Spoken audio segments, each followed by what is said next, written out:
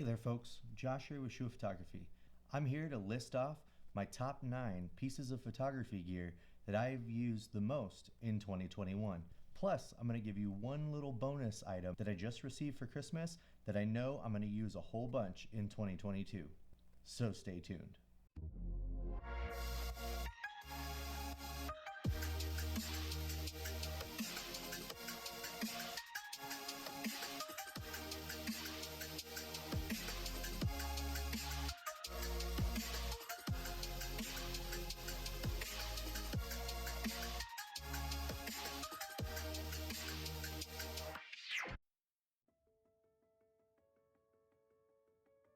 Item number 1 is containing the majority of this list, but this bag itself is on the list.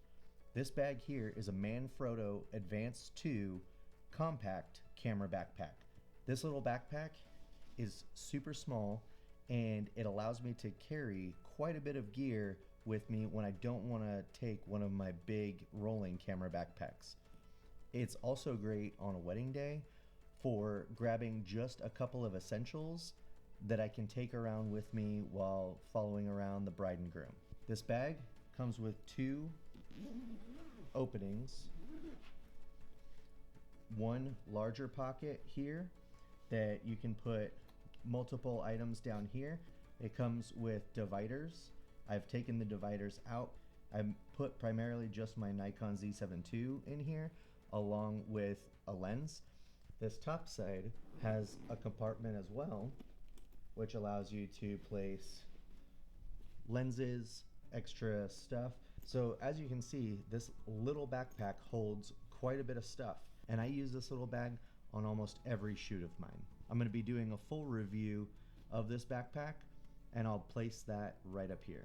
The only thing I won't be able to fit in here is my light stand, my tripod, and of course a modifier for the flash. Item number 1 again is this Manfrotto Advanced 2 compact backpack.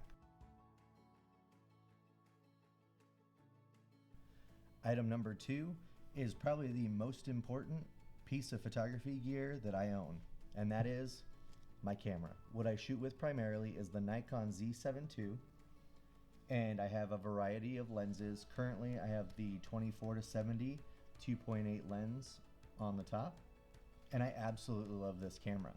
This camera and the Nikon Z6II that I'm currently filming with are my perfect pairing of cameras. We're not going to go crazy on all the cameras and lenses that I have because this is the most used equipment. And I don't want to just point at the Nikon folks. The number 1 used item for you guys should be whatever camera and camera system you guys own. Now, the second most important piece of gear that I have is, of course, my lighting. I use this Explore 300 Pro, also known as the Godox 8300 Pro. I use this light on every single shoot. I also have 2 8200s as well as an 8600 that I use as well, but this one I take everywhere with me. The size is perfect. As you saw, it fits perfectly in that little bag in one of the slots, which is fantastic. So I love this light. This next item on this list also goes kind of hand in hand with the flash. This is a set of drop-in ND filters for the Nikon Z mirrorless system. One of the great things about these mirrorless cameras is that they don't have a mirror that flips up and flips down, getting in the way right behind the lens. What that allows for is a filter just like this to be placed directly behind the lens, between the lens and the sensor, to give you a neutral density. The reason I love using these so much is because it allows me to use a smaller light source or a smaller powered light like this 300 Pro, and it allows me to keep my shutter speed down to eliminate going into high-speed sync to utilize the full potential of this light. As you might be aware, whenever you're shooting off-camera flash and you go into that high-speed sync, it's actually sending multiple pulses of that light at a much lower power. The equivalent of full power in high-speed sync is actually lower power output than if you were to have your shutter speed down below your flash sync speed, which is 200 or 250th of a second. These case clip-on ND filters are fantastic. I really, really like them. One of my favorite things about them is that literally all I have to do is put the appropriate ND filter into my camera. Instead of buying multiple ND filters for each of my lenses, I have one ND filter that I can put in here that will work with every single lens of mine. All of these things I'm going to be doing individual reviews on here in 2022 to do some deep dives on them. If you guys are interested, make sure you subscribe down below, click on the bell notification to find out more. So now on to number 5. This is more of a new for this year addition to something that I use a lot, and that is the DJI Pocket 2. As most of you have seen, I've been doing some travel vlogging here on this channel, and this is a pivotal piece of equipment for me. It allows me to kind of fly under the radar with filming and recording things so people don't get worried about what I'm doing or what I'm filming. But one thing that I like about the 2, I used to have the DJI Osmo Pocket 1, but now I have the Pocket 2 because it came with this wireless lavalier and transmitter.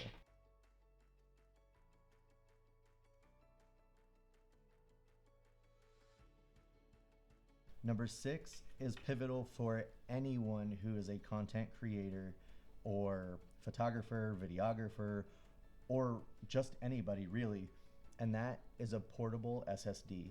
I have this SanDisk portable SSD that is a 500 gigabyte one. I actually just ordered a 1 terabyte version of this. The write speeds are super fast and it's super small and portable. You can see it's tiny. So taking this anywhere I go is awesome. It allows me to not fill up my laptop with data, and I can put it right on here. This thing is awesome. If you don't have one, you should definitely look into one.